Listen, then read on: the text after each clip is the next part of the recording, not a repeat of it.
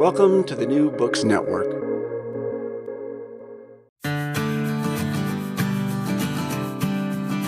Hello and welcome to Madison's Notes, the official podcast of Princeton University's James Madison Program in American Ideals and Institutions. I'm your host, Annika Nordquist. Today, as part of our free speech series, I am so excited to introduce a great friend of the Madison Program, Nadine Strossen. Nadine is a New York Law School Professor Emerita, and she was president of the American Civil Liberties Union from 1991 to 2008.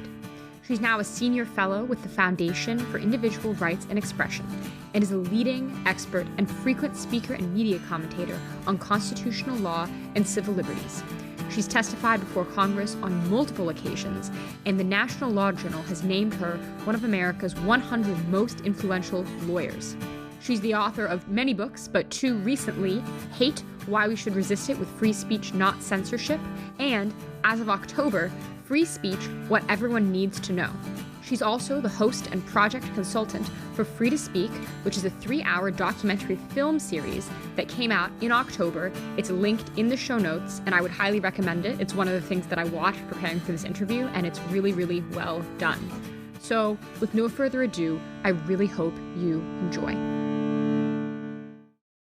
Nadine, welcome to the show. It's such a joy and an honor to have you on. Well, it's a joy and an honor for me to be on your important show, Annika. Thank you. Well, so you've really dedicated your career to, out of the entire Bill of Rights, even out of the First Amendment, this one little half sentence in the First Amendment. And so I'm wondering, what to you made this issue such an important issue that you want to dedicate your life to it and that you think should be so central that people really need to focus on it? Really important question, Annika. And in one sense, I have dedicated my professional career to civil liberties and human rights as the longtime president of the ACLU for 18 years and still very involved on the National Advisory Council of the ACLU. The ACLU's agenda was defending all fundamental freedoms for all people. I have also been very involved in international human rights, and including having served on the board of directors and executive committee of Human Rights Watch, which is the major US-based international human rights organization. And that organization's mission also is to defend all fundamental human rights for all human beings everywhere. I'm still completely committed to those very broad agendas. And I'm not going to say but, I'm going to say and I remain convinced that the most essential prerequisite for defending and advancing any other human right or any other civil liberties, or for that matter, any other cause at all, is freedom of speech.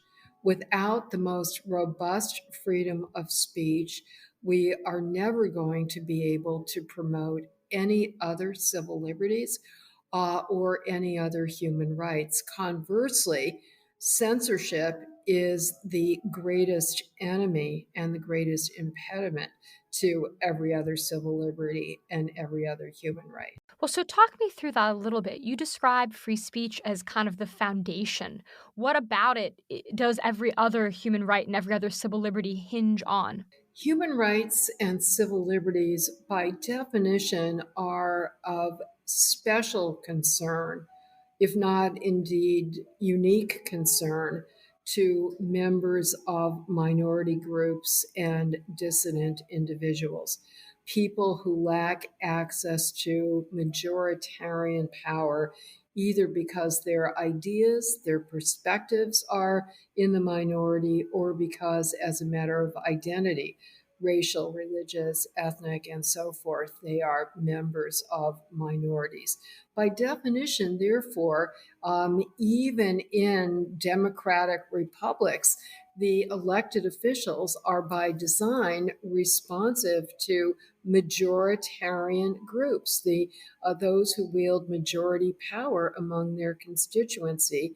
And the reason why individual rights are enshrined both in the Bill of Rights in the U.S. Constitution and in the Universal Declaration of Human Rights at the international level is precisely to protect majorities, even democratically elected majorities, from trampling on the rights of minorities. And so, by definition, the agenda of promoting other human rights, including equal rights, including religious liberty, including due process, including privacy, really depends on advocacy. And that means exercising freedom of speech, freedom of association, freedom of the press, the right to assembly, the right to petition the government. I will quibble with you. I'll put on my common law professor hat and quibble with you in one regard, which is that other clauses in the First Amendment and its counterpart in the Universal Declaration of Human Rights are also very important. Yeah. And I've referred expressly to freedom of the press and assembly and the right to petition the government for redress of grievances, all of which are expressly set out in the First Amendment. Freedom of association, Yeah. with other important rights associated with free speech, no pun intended, is not expressly laid out in the First Amendment, but the Supreme Court has said it is implicit and of special concern to the wonderful work that the Madison Project does. Academic freedom is not expressly laid out in the First Amendment, nor for that matter is freedom of thought, freedom of belief, freedom of conscience. So in some ways, the free speech clause, I think even if the First Amendment had only included a free speech clause, the Supreme Court correctly would have said all these other cognate rights are implicit in that concept. The concept could not meaningfully exist without protecting these associated, integrally related rights. So I want to ask you, and for the listeners, you have an absolutely excellent documentary that's just come out, which is going to be linked in the show notes. But one of the things I really loved about your documentary is I think it's so easy to get really bogged down in kind of the technical language on this. And you brought in so many kind of really poignant and contemporary examples of areas where free speech is or historically has been under attack. So I'd like to ask you about some of those, and I'm going to kind of start big and narrow down as we go along here. But you gave some really interesting examples of dictatorships. I mean, people jump right to North Korea. You also talk about China, which is a huge geopolitical issue for America right now. And the way that those dictatorships suppress free speech and, kind of the methods by which they do so. I think a lot of people are hear examples like that and they're like, oh, well, this is North Korea. We don't live in North Korea. Surely we're not, the same things that could happen there could simply never happen here. What does that have to do with us? So can you talk to me a little bit about some of those examples of how dictatorships work against free speech and if there's some way in which those are a warning sign for us? Yes, very important question, Annika. And one of the things that I really loved about this three-part documentary film series, which covered dozens of different countries from every single continent except Antarctica. And it covered speakers of every different identity along every possible vector, including politics, religion, age, race, ethnicity, you name it, and covered different topics and different periods of history. And to me, the overarching theme that came through is number one, the universal human desire and need for free speech, both as a means of individual self-expression, forming one's own identity, exploring and developing one's own identity and beliefs. And then second, as a way of communicating that identity, those beliefs, to a larger world, communicating and sharing ideas and debating ideas and advocating for ideas and for causes and for pursuing truth. So, showing both the integral value of free speech, that, it's even if we are not communicating with somebody else, it's so the intrinsic value for each of us as an individual. And secondly, the instrumental value. And despite all of the differences in political systems, I think the common themes really dwarf the uncommon, the ones that separate us. So, for example, North Korea, which in many ways is the antithesis of the United States, where you have the most oppressive, is certainly one of the most oppressive and closed societies in the entire world. One of the points that was made there was that the government literally has outlawed and eliminated from vocabulary words that are Mm. associated with concepts that are deemed to be dangerous. So there isn't even, and the featured person who had lived in North Korea and escaped with her family to the United States is a young woman who explained that when she was growing up in North Korea, they had no concept of human rights Mm. or free speech. They just had no idea what it meant. And they believed that they were living in a paradise Mm. because even though they knew that they were hungry um, and deprived in many other ways, but on some level they knew it, but they had no way to articulate it, so they couldn't really experience and understand it. Most shockingly to me, she said they didn't have a word for love, and she Wow. never heard her parents express love for each other or for the children. I guess because to have individual bonds was potentially Mm. dangerous. Your first loyalty has to be the government. Given all of that, how her parents got the idea that they should escape, I find unfathomable, and accept as a testament to this innate human desire. You're deprived of the vocabulary, you're deprived of the opportunity, you're brainwashed to believe you're living in paradise, and yet somehow you still have this aspiration for something better. Mm. So the United States, of course, does not have a government that directly outlaws certain expression en masse. That said, we have many individual laws, including legislation at the state level and executive orders that are outlawing certain books, right? And certain ideas in curricula and in public libraries and in school libraries. We Mm. have many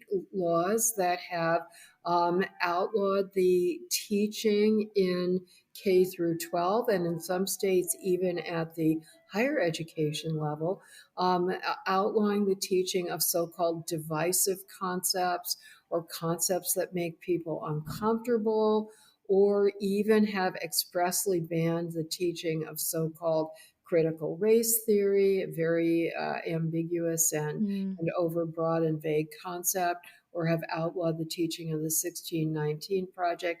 So I would say, if you're talking about a spectrum of oppression and outlawing concepts and words, the United States is at the much freer end of the spectrum, but it's part of the same spectrum.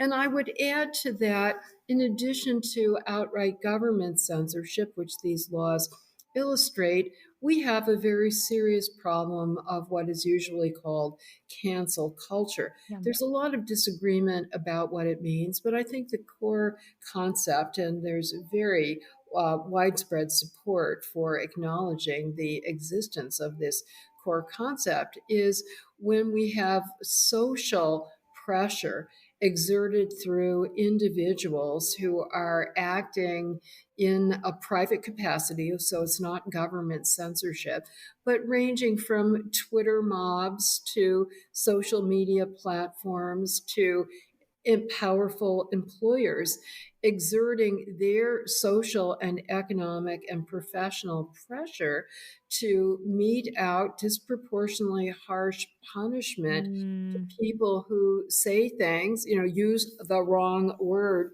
quote unquote, or express an idea that is controversial or deemed to be insensitive or offensive, not only disproportionately harshly punishing a particular individual, but frightening other people who then become intimidated and don't dare discuss those topics. So we have no law that bans the discussion of abortion. Although that said, there actually was at least one directive that was issued somewhere out west. I believe it was Montana, but please don't hold me to that, in which a government, I think it was the state attorney general, in response to one of these pieces of state legislation after the Supreme Court decision strike overturning Roe v. Wade came out, said that it would violate university-wide, statewide university policy mm,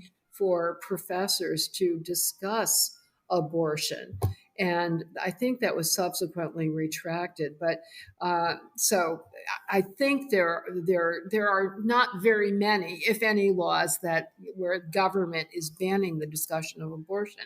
And yet, an extremely detailed survey, probably the most detailed survey that's ever been done of college students' attitudes toward free speech, was conducted and released recently by FIRE, the Foundation for Individual Rights and Expression, and College Pulse about a month ago. And based on surveys of 248 higher education institutions, they asked the students, is it possible on your campus to have a candid and frank discussion about abortion? And more than 40% said no. More than mm, 40% across the board.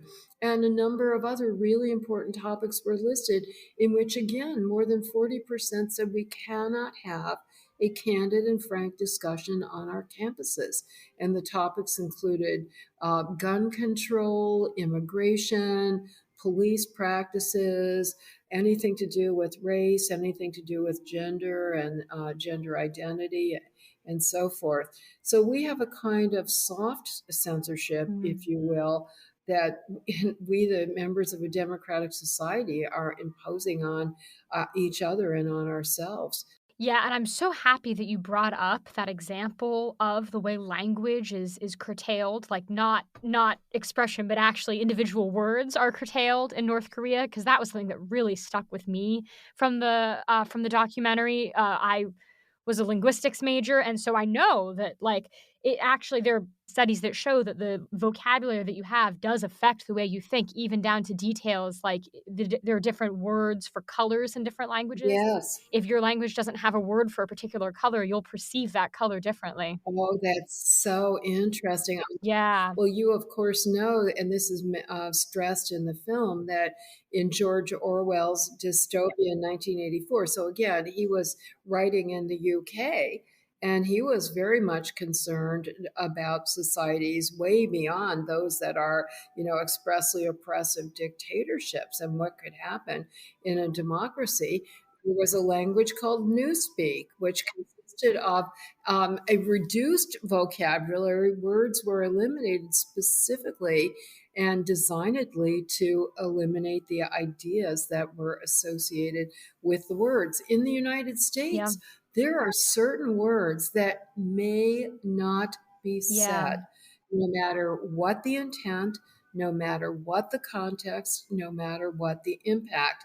And in fact, there are a couple words where a law professor has been fired even for using the euphemized version of the word. So I'm Wow. not going to risk my career. Seriously, I mean, by Yeah, even yeah. using the euphemized version of it. There was another example also of a law professor where he used a Chinese word that sounded Mm. like the banned racist epithet, and everybody acknowledged that it was a completely different word and a completely different language that had a completely different meaning, but he was still suspended Wow. and banned teaching because of it. So we shouldn't have this high and mighty attitude that, oh, that could never happen here. Yeah, I mean, and I wonder what you think the link is between, I mean, we started off talking about the First Amendment, but so many of these examples are kind of interpersonal. It's hard to say, when people know that there are going to be social consequences and therefore they self-censor.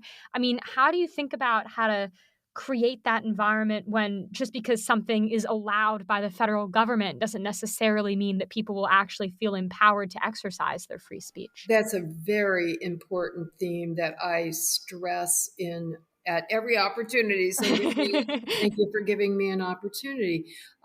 Freedom of speech under the First Amendment, which protects us against government, Right.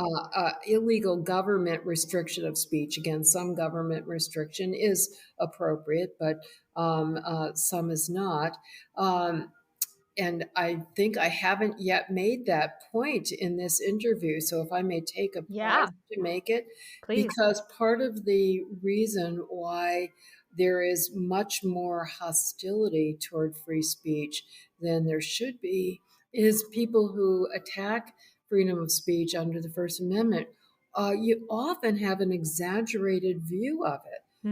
They say, Hmm. oh, the First Amendment and you free speech absolutists, that's not a complimentary term, defend it, are ridiculously extreme. You think that Mm. there should be no exceptions whatsoever to free speech, that government should never be allowed to punish any speech, and you even deny that speech does no harm, and you're completely exceptionalist. America is alone in the world in advocating these extreme positions. None of that is true. Our First Amendment law, which, by the way, overlaps substantially with international free speech law under United Nations treaties, which have been Right. ratified by virtually every country in the world, sensibly does allow government to restrict speech that is the most dangerous. Often, Mm. this principle is often referred to as the emergency standard. If speech directly and imminently causes or threatens certain specific serious harm, government can and should restrict it. Beyond that, though, government may not restrict speech solely because it disapproves of the idea or the message of the speech, or because there's a more vague fear that it might perhaps at some time in the future indirectly contribute to harm. That simply gives government too much license, which it will predictably use to suppress unpopular speakers and ideas, as I alluded to earlier. So, outlawing the censorship that is now unconstitutional is necessary but not sufficient for Mm. having meaningful freedom of speech. The legal protection is the starting point, but not the ending point, because, as you and I have both acknowledged, private sector entities that have their own free speech rights to say things that will, and to advocate for policies that will restrict other people's speech. Not only are they not barred by the First Amendment, the First Amendment empowers them.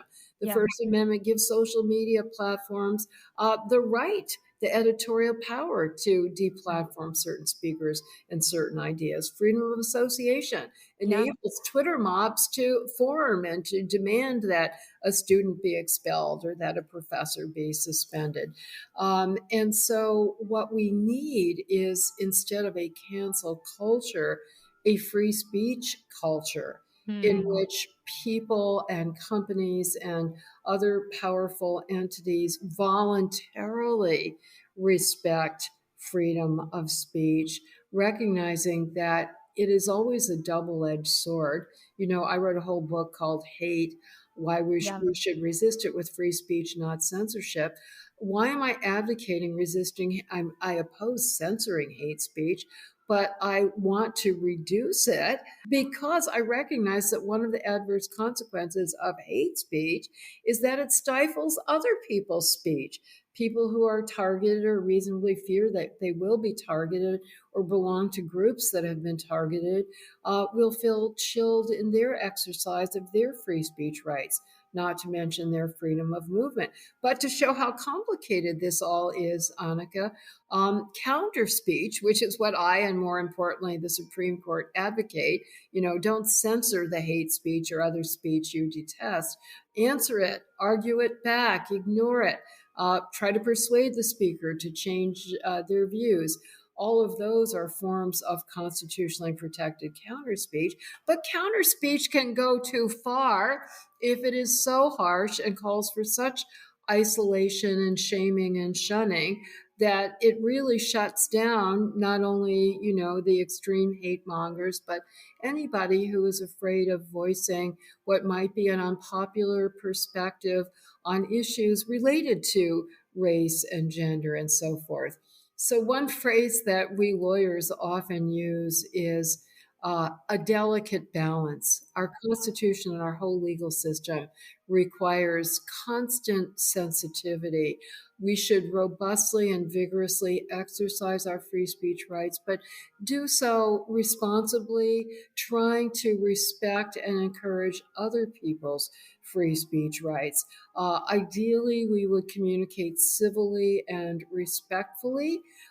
If we can say something in a more courteous, polite manner, we should do so, but we should not do so at the cost of censoring an entire idea or perspective. Or worse yet, not even talking about a whole topic, which surveys show people are avoiding saying anything about Right. race and gender and so forth for fear of unwittingly saying something that might be deemed to be offensive. Yeah, it's so interesting that you bring up that, almost every country has signed on to some form of, promoting free speech because as we know, I mean, there are many democracies, it's not just communist dictatorships that don't have free speech protections. Much of Europe doesn't either, in large part because of scars, I think, left from World War II and the Holocaust. Um, and so, I mean, I wonder, well, there are a lot of things one could ask about that, but to start off, I mean, we we have kind of on the books laws that are restricting free speech in these places. I mean, what can we say about the empirics of those kinds of laws? Do they work? Are they achieving their proposed result? And in fairness, I would say the other Western democracies largely protect free speech, Yeah. and in some cases they're actually more speech protective than the United States. You want to guess what topic is more taboo in the United States than in, let's say, the Scandinavian countries or Germany? I mean, gender. Sex. The United Yeah. States has this puritanical heritage, and so we still outlaw obscenity and so-called pornography. And I have a lot of friends in European countries who just laugh at Hmm. the censoriousness that Americans have toward even nudity or partial nudity, even in art, which is just completely uncontroversial in those countries. But Hmm. there are the exceptions in the other direction where the United States is more speech protective, tend to be what I believe you were alluding to, Yeah. so called hate speech, including anti Semitic speech, Right. Holocaust denial.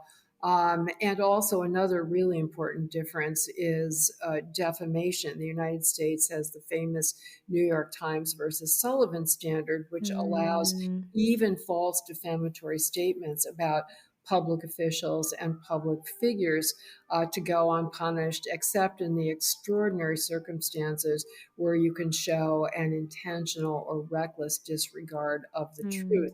And designedly, our system overprotects false defamatory speech for fear that if we didn't give that extra degree of protection, there would be too much self censorship by reporters and others who might inadvertently say something that is inaccurate. And we'd rather, when it comes to political speech or speech about public issues or public figures, we'd rather err in favor of too much harmful speech than too little positive speech. So I don't want to exaggerate the differences, but I also would not want to live in a country that arrests people Mm. for even making political campaign speeches, even political government officials for staking out positions on really important issues such as immigration or criminal justice, that results in arresting ministers and imams for reading passages from the Bible or the Quran that are deemed to be hateful to women or to LGBTQ people.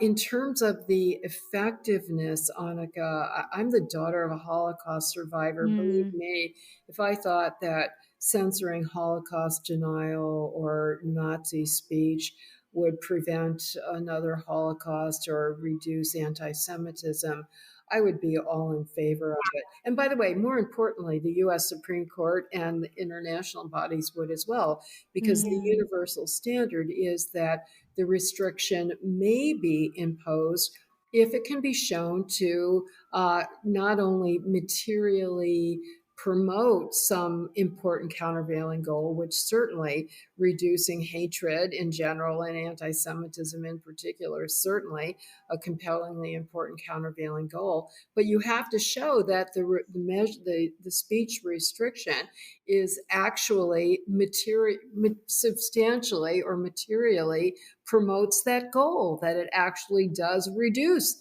the hatred or the anti Semitism, and also that it is the least restrictive means to do that, that no measure that's consistent with free speech would be as effective. And I'm always open to new evidence and new analysis.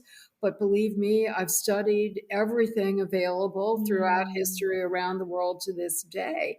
And there is not even a correlation between the outlawing of hate speech and the reduction of hatred and discrimination and discriminatory violence.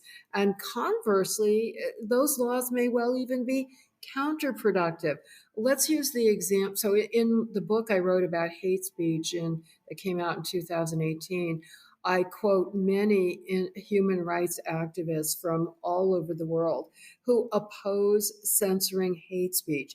Not at all because it violates the free speech laws in their own country. That's what we're talking about. In their own countries, these laws are allowed. But precisely because they say the laws are at best ineffective, at worst counterproductive, and they're distracting us from the more meaningful measures, which include education and information and counter speech. Tragically, during the Weimar Republic, when the Nazis rose to power, Germany Mm. between 1918 and 1933, many people, some of us use the term the Weimar fallacy. I can't tell you how often people will just assert, oh, if only they had outlawed hate speech, including anti Semitic speech, then Hitler would never have Mm. power and the Holocaust would never have happened. Well, guess what? There were very strict anti hate speech laws, which were enforced against anti Semitic speech, which were enforced against Nazi leaders. Hitler himself was banned from public speaking for Wow. almost 2 years. The virulently anti Semitic newspaper Der Stürmer was prosecuted about 36 times, et cetera, et cetera. And obviously, these trials, the prosecutions against the Nazis, did not stop them from engaging in their hateful ideology. To the contrary, many historians concur that the trials served as useful propaganda platforms for the Nazis Mm. to be able to disseminate their ideas, gain more attention and more support than they had previously received.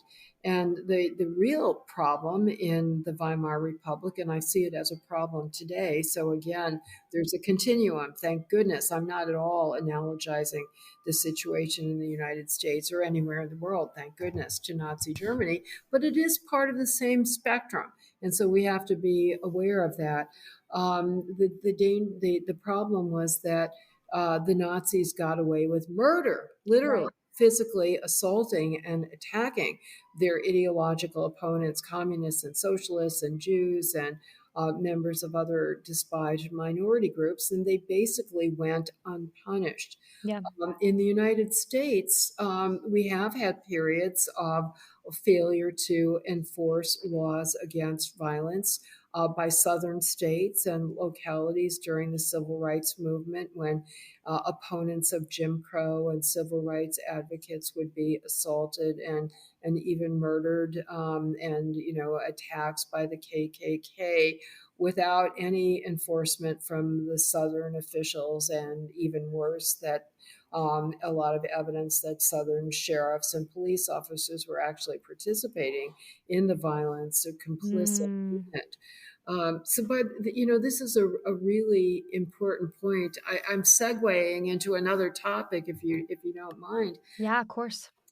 because I think in today's very fraught campus environment Mm. and beyond, it is equally important for government not to punish constitutionally protected speech Yeah. and to punish constitutionally unprotected speech, Mm. not to mention constitutionally unprotected violence. And violence is never constitutionally protected.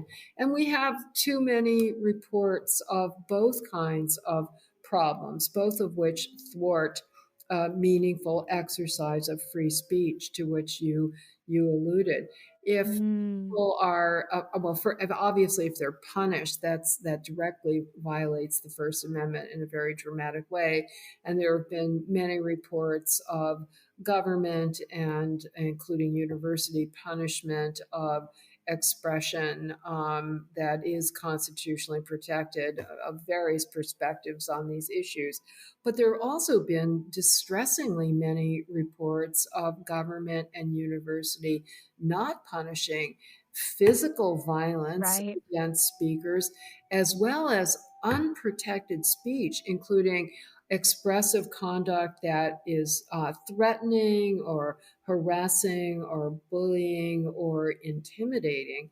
And it may seem paradoxical for a free speech advocate to say government ought to punish and universities ought to discipline students who are engaging in certain kinds of expressive conduct. The reason for that expressive conduct, including menacing, intimidating threats, the reason why it's unprotected is because it violates other people's free speech. They are Yeah. deterred and chilled, and we've heard reports of students not even wanting to venture out of their dormitory rooms to Mm. go to class or to, participate in extracurricular activities because they're so afraid of being either assaulted or threatened. Yeah, and I really appreciate what you said about the Nazi Germany example, both because, I mean, your own story is so powerful, but also because I think there's a tendency to hop right to that as an example. People are like, oh, well, the Nazis did this, or this is the only way to prevent it. And people just don't have the history straight. There's just sort of an assumption that this is how it went down, and people don't really look into it. It can be pretty shocking. I mean, I wonder as we look at campus politics, how do you view I mean, how has this changed, like, over the course of your career? I mean, because you have been working in this on this issue for so long, including, during a period I mean, at least in my view, and maybe you'll push back, but there's kind of been a shift from, the left wing was really pro free speech, and now the left wing is really anti, and then there's also been a shift due to kind of technological innovation, social media, and just kind of in my experience has really shaped how people feel about free speech because social media can be kind of a free for all. So talk a little bit about those shifts. The French saying, plus ça change, plus c'est la même chose, right? Yeah, The yeah. more it changes, the more it's the same. Yeah. And I will push back. Thank you for Yeah. anticipating that, because It's a common perception, not just mine. but it's really the details, that the factual Mm, details that have changed, but the issues remain the same. And in many cases, even the factual details are the same. Yeah. But on the, I first became involved in campus free speech controversies when I was on campus myself. Yeah. A student, Annika, in the late 1960s through the early 1970s. And in many ways, the climate was very similar to what it has Mm. been recently, because there was a very strong left wing embodied among others in Students for a Democratic Society (SDS), which is a powerful left wing force on campus, and many students were communists and Marxists and socialists of various stripes. I remember the Progressive Labor Party was big on campus, and they were quite hostile toward free Mm. speech. And I remember as a liberal, all these terms are so imprecise, but Yeah. I would say I have always been and I try to be open-minded and open to different points of view. So it's not that I've, rigidly associated myself with certain first step perspectives and dug my heels in, but I keep re-examining and wrestling with the issues and ending up in the same positions, which is a political liberal, which I think of as really fairly moderate, maybe slightly to the left of center, but definitely to the right of the progressives, Mm. self-identified progressives who are dominant on campus and in elite institutions in society, at least dominant in terms of the weight that they carry and the amount of attention they demand and receive. Even more importantly, in terms of what I care about, I've always been a classical liberal in terms of believing in freedom of speech and like it basically Enlightenment values. Mm. And that was as unpopular on. I went to Harvard for college and law school. That was a pretty unpopular Mm. perspective among students who were very radical, was another word that they used then, radical, Yeah. and were really seeking to dismantle current institutions in a very sweeping way, whereas I was critical of particular policies such Right. as the Vietnam War. Others were more interested in dismantling the military industrial complex. I definitely had many, many clashes with fellow students and even professors on campus who shouted down and tried to deplatform speakers who were from the US military or from businesses that were producing material that was used in the Vietnam War, or academics or other experts who supported the Vietnam War or weren't quite as critical. So I had many clashes where I was defending free speech, even for perspectives that I personally disagreed with, and where that was seen as being antithetical to the larger cause. So I have seen a lot of continuity. And I have also seen, even from fellow liberals, in the sense of political liberals, throughout my entire career, there have always been liberal supported and democratic supported uh, um, types of efforts to suppress types of speech that Mm. they saw as antithetical to their values. And, let me mention about 2 years ago, I think, I was commissioned by Tablet Magazine to write a piece about why has the left, of which we used to perceive ourselves to be a part, why has the left abandoned freedom of speech? And I pushed back. I said, I Yeah. reject that premise. The left has never been, including liberals, have never been supportive of freedom of speech. And I marched them through, decade by decade, every example of censorship that the left had supported, starting with hate. Well, even going back to the ACLU's famous case of defending free speech for the Nazis in Skokie, Illinois in the late 1970s, when Skokie had a large Holocaust survivor population as well Mm. as other Jews. the ACLU itself lost 15% of our members. Wow. Even card-carrying ACLU members said, that's where we draw the line. And I have to emphasize, Annika, that it was an easy case in the courts of law. We were defending, tried and true fundamental First Amendment principles. Yeah. But even that was unpopular with even people, who felt so strongly about free speech, and probably by and large liberals within the ACLU. And then we had pretty much at the same time, we started, maybe a little bit later, started to see the founding of the movement. They called themselves radical feminists, but I think included a lot of liberal feminists as well, crusading against pornography, which they defined as sexually explicit speech that is demeaning or degrading or dehumanizing to women, that endangered a huge swath of sexually oriented expression, including, very important pro-feminist and pro-reproductive freedom expression. And we then had in the late 1980s, the movement for campus hate speech codes, completely coming from the left, in the service of advancing equality of opportunity for members of racial minorities and for women on campus. A little bit later in the early 90s, we had crusades against violence in media that again completely came from liberals in Congress. And not only violence, but also misogynistic rap lyrics. That was a campaign that was begun by Tipper Gore, who was then married to Al Gore, was Democratic vice president.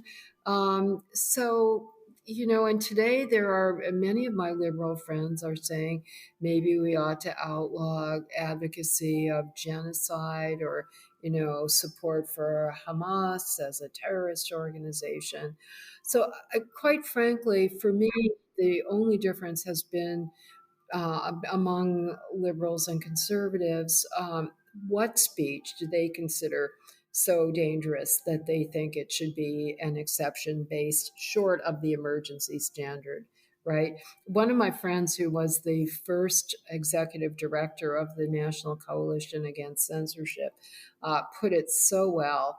Her name is Leanne Katz. I like to pay tribute to her. She said, Nadine, everyone has his or her Skokie. The just one exception that they want to make for the speech that they consider the most dangerous. And for conservatives, it's speech that undermines national security or the traditional American family, public safety, children's welfare. But for the left, it's speech that undermines their sense of equality or, government policies that they consider, that they disfavor.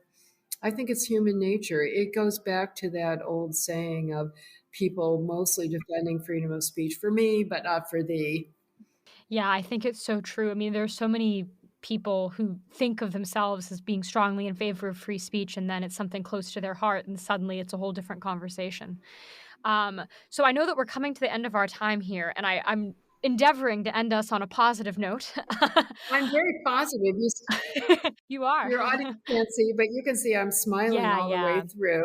Yes. But sending us forward with, especially given the holiday season, something to be happy about. And I want to talk a little bit about friendship, because I think kind of the common sense take might be, oh, well, if you have freedom of speech, it might make friendship much more difficult because people might say things that would really upset you. Or, speech might proceed along less polite lines. But in fact, there are so many counterexamples to that. At the Madison program, Robbie George and Cornel West are really front of mind. But I know you and I have both had friendships that have, if anything, been enabled by free speech.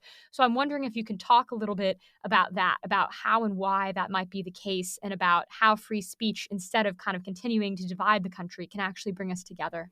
Well, starting at the micro level, I don't understand how you can have a friendship or any human relationship without candid freedom of speech.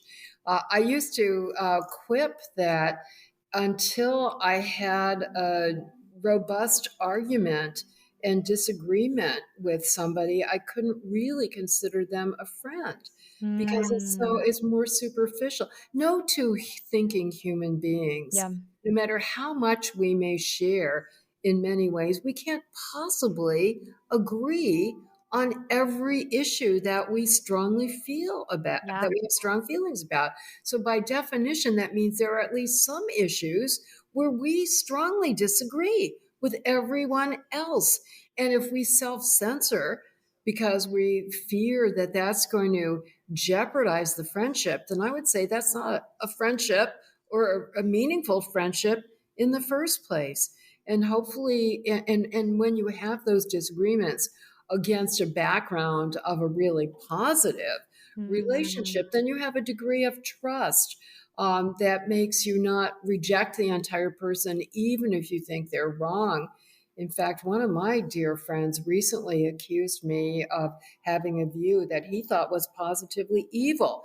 But I know that he's not treating me as an evil person, which is what unfortunately we see does happen in the sphere of more superficial public relationships, right? People will dismiss those they don't know as not only wrong and not only evil on that particular idea, but evil persons to be shunned in general. And I think that it is so important if we are going to build new friendships and new relationships that we should have that basic level of trust. And it goes into it's reflected in our system of law and government as a presumption of innocence. And I think that's reflected in many religions and in humanist philosophy as well.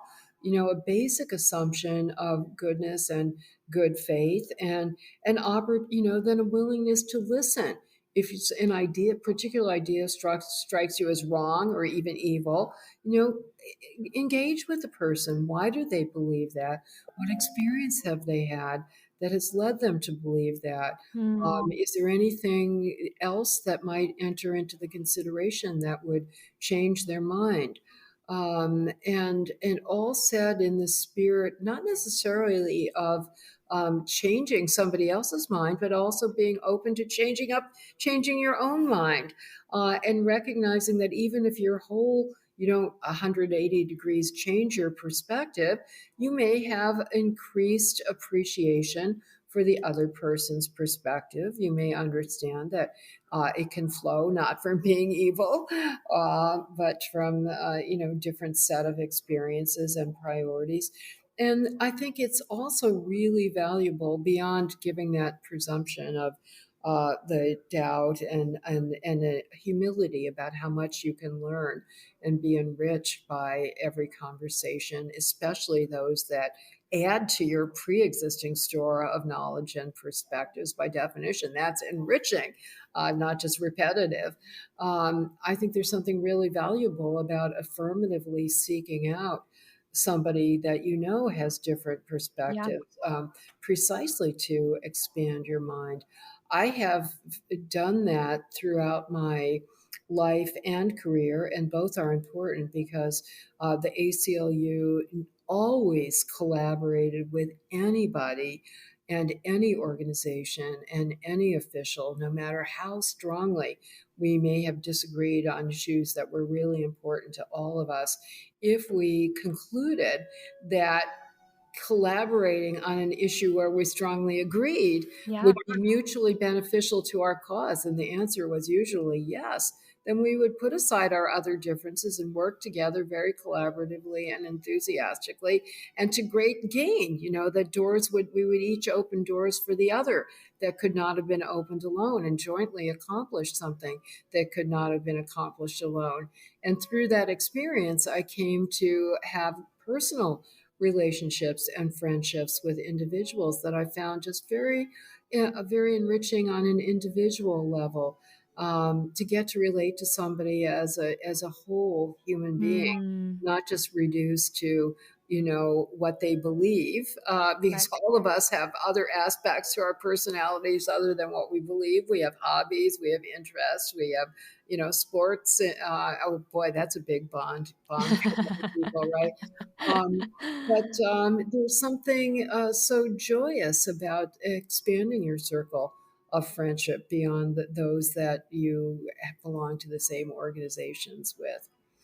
To all the people out there who are pro free speech unless someone is rooting against the Philadelphia Eagles, let that be a lesson too. But thank you so much, Nadine. This has been just an amazing conversation, and you have such an incredible breadth and depth of experience. So we've all really benefited from being able to listen to you today. Well, thank you so much, Annika. And if I may ask you at some point, I know you're very busy, if you could send me a link to one or two of the linguistic studies you mentioned, I would be absolutely fascinated because I haven't done any research or reading. I've just taken it, it just seems to make common sense. And in fairness, not only was Orwell very persuasive without any footnotes, but the U.S. Supreme Court, in a very famous decision, do you know Cohen versus California, which involved the F word, which back then in 1971 was at least as offensive as the racial epithet is today. Seriously. Wow. I mean, the Chief Justice of the Supreme Court told the ACLU lawyer not to use the word in court. ACLU lawyer defied him, which was strategically very wise. But the Supreme Court opinion is actually written without mentioning the word. Wow. It's so taboo. You can imagine it. And yet the Supreme Court upheld the right to say it in the phrase the draft. And it expressly rejected an argument that, well, he can make the point that he opposes the draft without using that word that's so offensive. And the Supreme Court just said, without footnotes, but conclusively, make no mistake about it, by banning a particular word, you are banning a specific idea. But so, they too were asserting it as if, well, that's just common sense. We don't need to have any studies that back that up. So I'm fascinated that there are studies, and I would be so grateful if you could, point me in the direction of one or two, and then I could take it from there myself. Yeah, of course. I mean, so the reason that it was relevant, because I wrote my undergraduate thesis on Greek religion, and so the Greeks have no word for religion. The word is invented by the Romans, and so it became relevant for my project. But yeah, there are also studies about it. I mean, colors are kind of an easy way to do it, but yeah, I'm very happy to pass those along. Thank you. Well, there you have it, Madisonians. Nadine Strossen on freedom of speech. Both of her recent books and her 3-hour documentary series are linked in the show notes. As always, if you enjoyed this episode, first, like, comment, and subscribe. It really helps us so much. You can also find out more about the Madison program and everything that we do here on Princeton's campus at jmp.princeton.edu. There, you can find recordings of all of our lectures that we host and our schedule of future events, and you can sign up for our mailing list.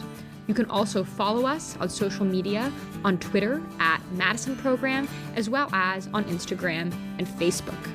Thanks so much for tuning in. Have a wonderful holiday season, and I'm so excited to catch you next time on the other side of Christmas here on Madison's Notes.